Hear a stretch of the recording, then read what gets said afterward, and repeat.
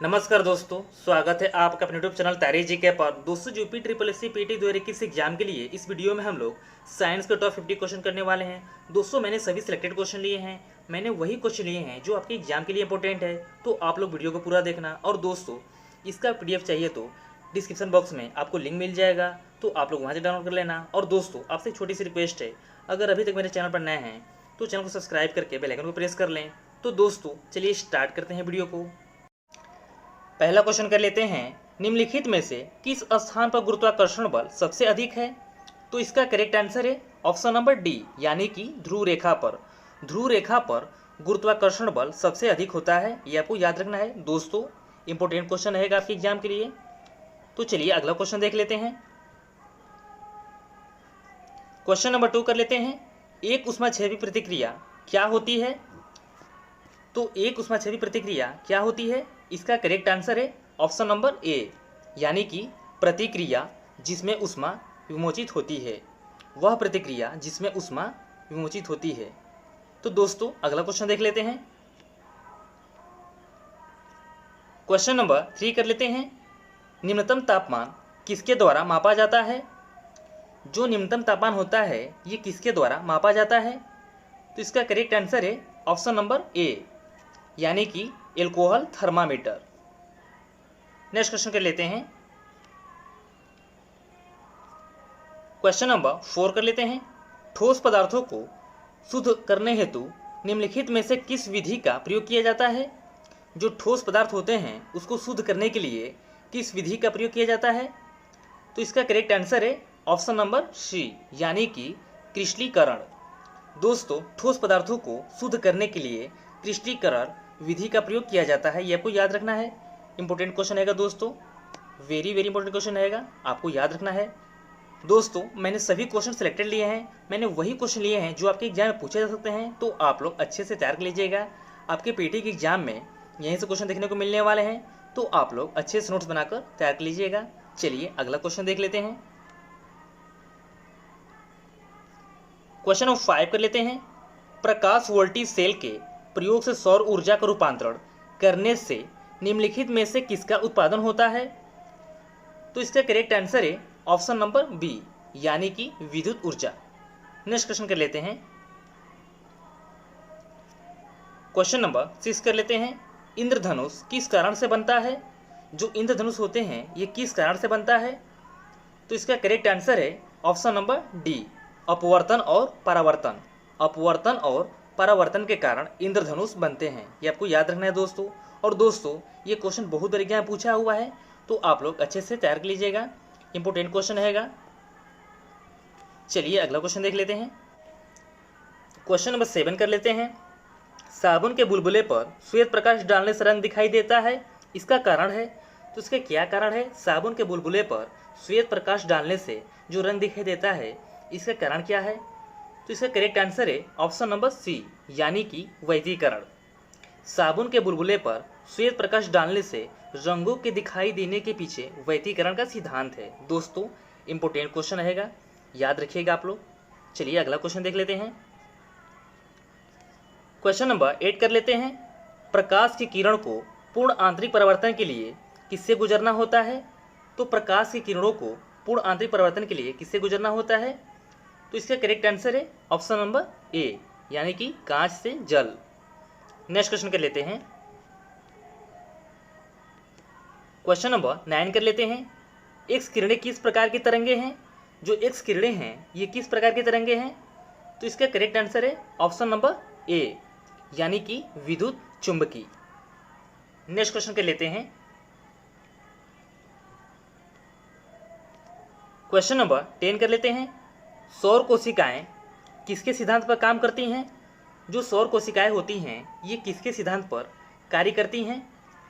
तो इसका correct answer है ऑप्शन नंबर बी, यानी कि प्रकाश वैद्युत प्रभाव।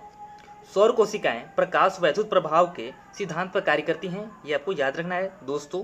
वेरी इंपॉर्टेंट क्वेश्चन है, तो आप लोग अच्छे से याद रखिएगा। चलिए अगला क्वेश्चन देख लेते हैं। क्वेश्चन नंबर 11 कर लेते हैं, उपग्रह संचार के लिए कौन सा विद्युत चुंबकीय विकिरण प्रयुक्त किया जाता है? तो इसका करेक्ट आंसर है ऑप्शन नंबर सी, यानी कि सूक्ष्म तरंग। नेक्स्ट क्वेश्चन कर लेते हैं, क्वेश्चन नंबर 12 कर लेते हैं। बर्फ पानी पर इसलिए तैरती है क्योंकि, और सॉरी दोस्तों यहाँ पर पानी छूट गया है, यहाँ पर टाइप करने में पानी छूट गया है तो आप लोग बना लीजिएगा। बर्फ पानी पर इसलिए तैरती है क्योंकि, तो इसका करेक्ट आंसर है ऑप्शन नंबर बी, यानी कि बर्फ का घनत्व पानी से अपेक्षाकृत कम होता है। अगला क्वेश्चन कर लेते हैं, क्वेश्चन नंबर 13 कर लेते हैं। वर्षा की बूंद गोलाकार क्यों होती है? वर्षा की जो बूंदें होती हैं ये गोलाकार क्यों होती हैं? तो इसका करेक्ट आंसर है ऑप्शन नंबर ए, पृष्ठ तनाव के कारण। पृष्ठ तनाव के कारण वर्षा की जो बूंदें होती हैं ये गोलाकार होती हैं। जो वर्षा की बूंदें होती हैं ये गोलाकार होती हैं, ये आपको याद रखना है दोस्तों। इंपॉर्टेंट क्वेश्चन रहेगा, आप लोग याद रखिएगा। चलिए अगला क्वेश्चन देख लेते हैं, क्वेश्चन नंबर 14 कर लेते हैं। कौन सी धातु हथेली में पिघल जाती है?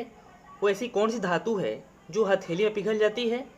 तो इसका करेक्ट आंसर है ऑप्शन नंबर सी, यानी कि गैलियम। और दोस्तों इसका सिंबल क्या होता है गैलियम का? तो गैलियम का सिंबल होता है Ga।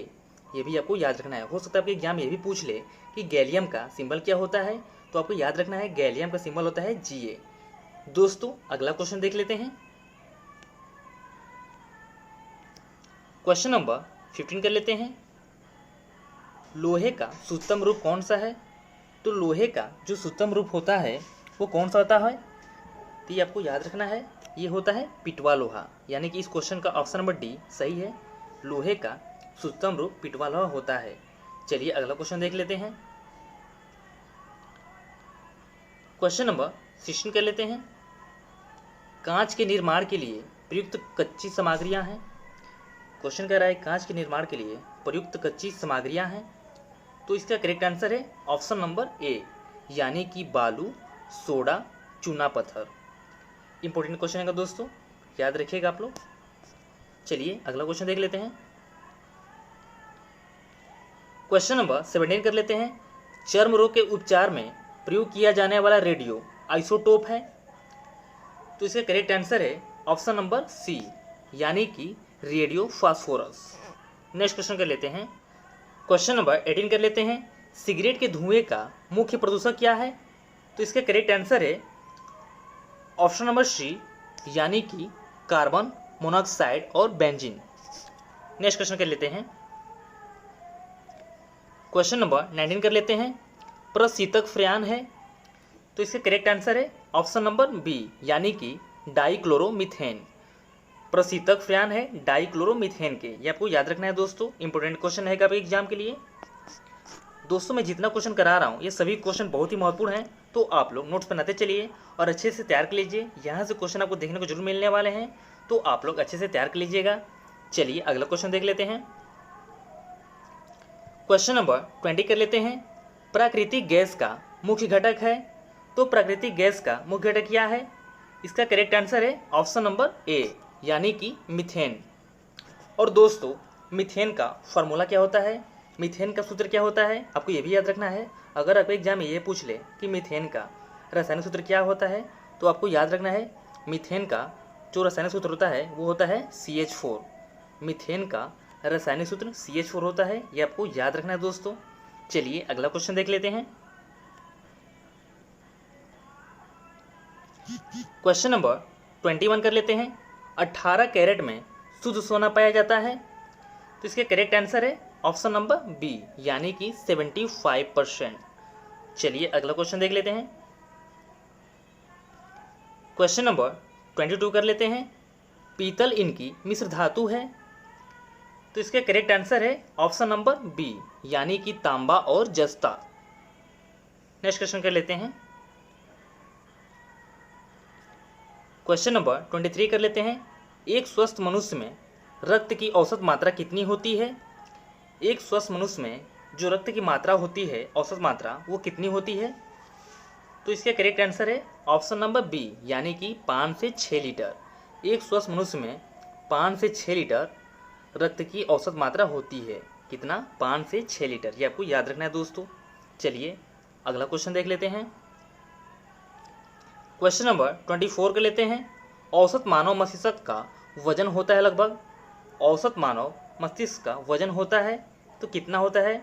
जो हमारा ब्रेन होता है उसका वजन कितना होता है? तो इसका करेक्ट आंसर है ऑप्शन नंबर बी, यानी कि 1.36 kg।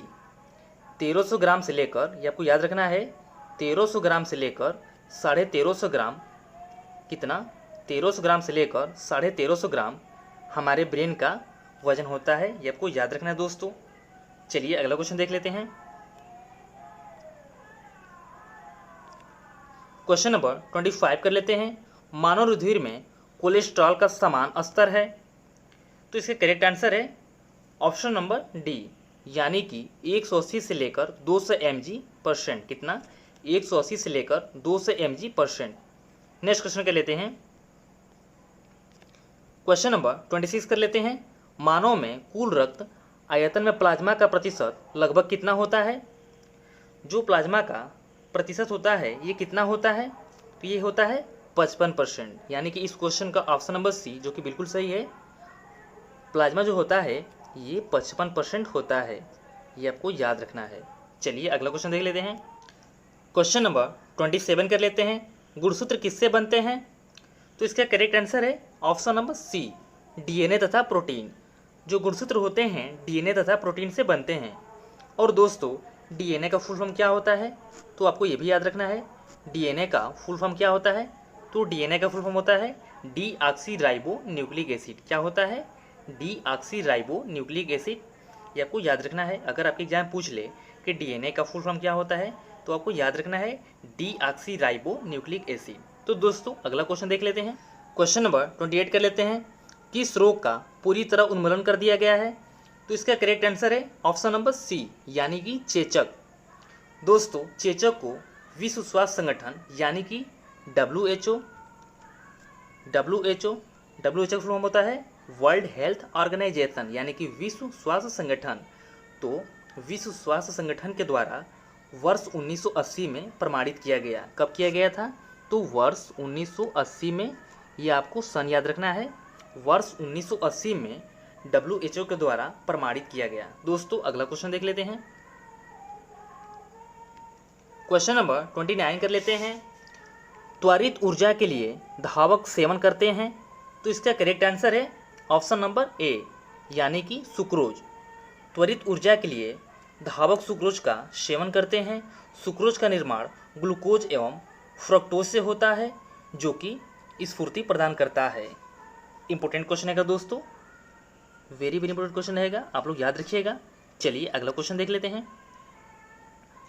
क्वेश्चन नंबर 30 कर लेते हैं। शरीर के किस भाग में त्रिज्या अस्थि स्थित है? शरीर के किस भाग में त्रिज्या अस्थि स्थित है? अस्थि का मतलब होता है बोन, आपको याद रखना है, अस्थि का मतलब होता है बोन। तो इसका करेक्ट आंसर है ऑप्शन नंबर ए, यानी कि कलाई। त्रिज्या अस्थि कलाई वाले भाग में स्थित होती है। नेक्स्ट क्वेश्चन कर लेते हैं। क्वेश्चन नंबर 31 कर लेते हैं। खिलाड़ियों में पैर की बीमारी की निम्न में से कौन सी वजह है? तो इसका करेक्ट आंसर है ऑप्शन नंबर ए, ट्राइकोफाइटन।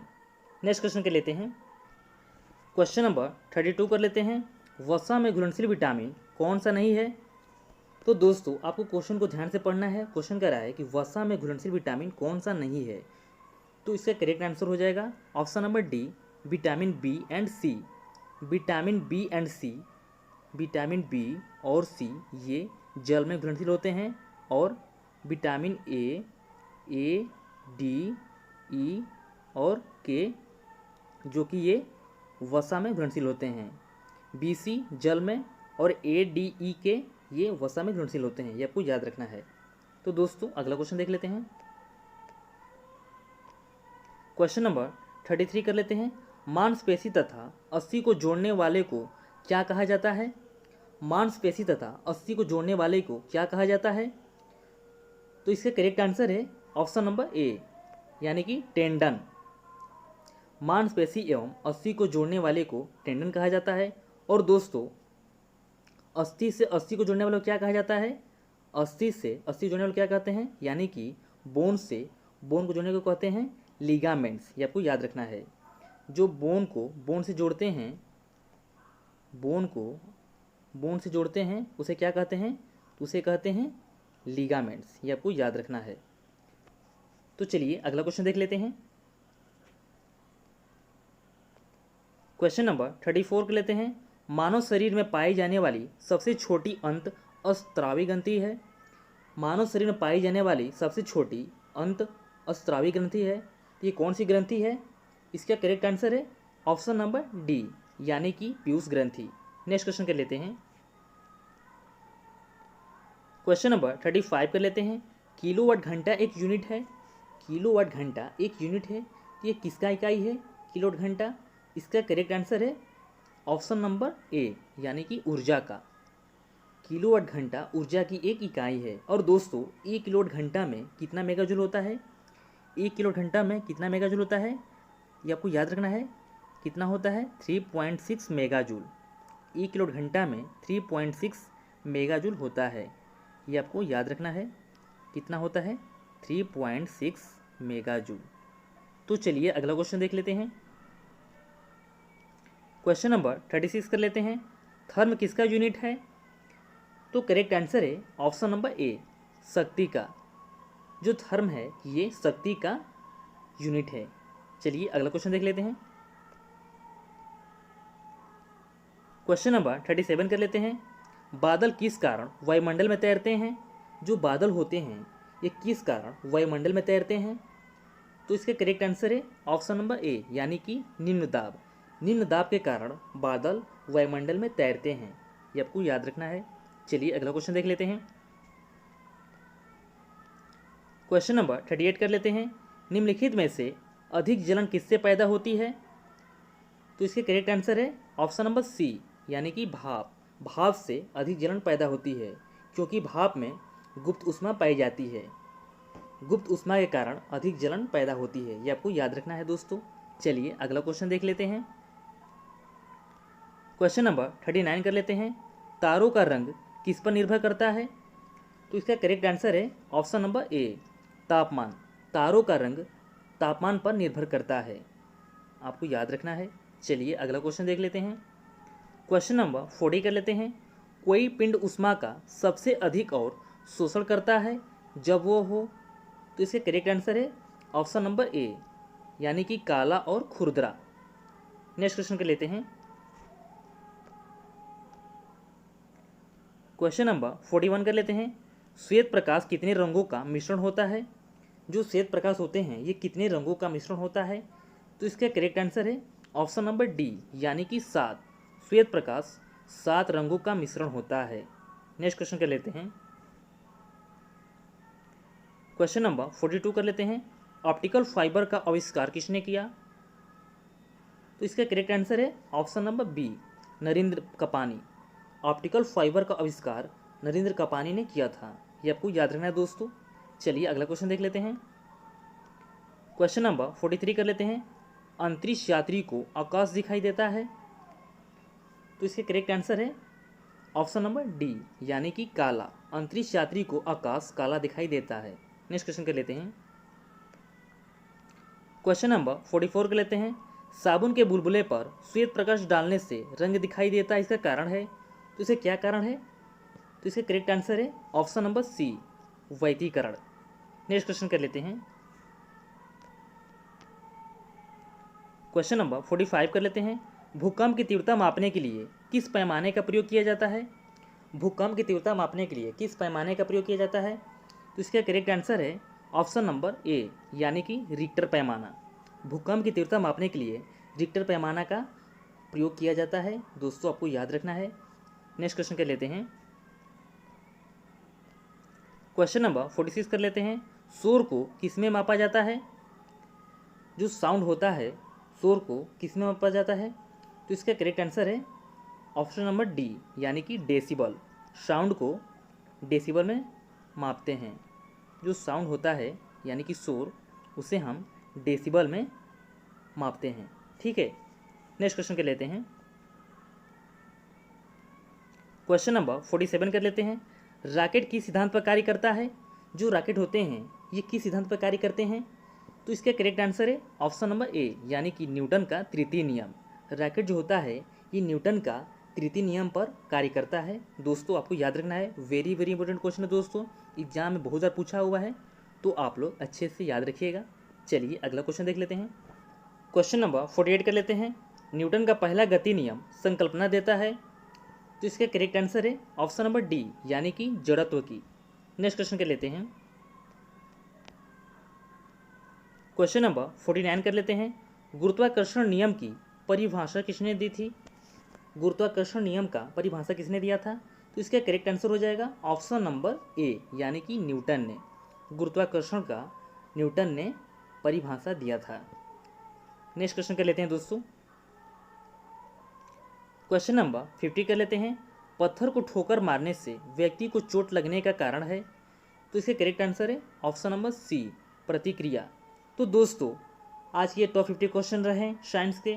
और दोस्तों वीडियो पसंद आया हो तो प्लीज़ वीडियो को लाइक कर देना और अपने सभी दोस्तों को शेयर कर देना। और दोस्तों इसका PDF चाहिए तो डिस्क्रिप्शन बॉक्स में आपको लिंक मिल जाएगा। इसका PDF डिस्क्रिप्शन बॉक्स में आपको मिल जाएगा, तो आप लोग वहाँ से डाउनलोड कर लेना। और दोस्तों आपसे छोटी सी रिक्वेस्ट है, अगर अभी तक मेरे चैनल पर नए हैं तो चैनल को सब्सक्राइब करके बेल आइकन को प्रेस कर लें। फिर मिलते हैं एक नई वीडियो के साथ। Thank you.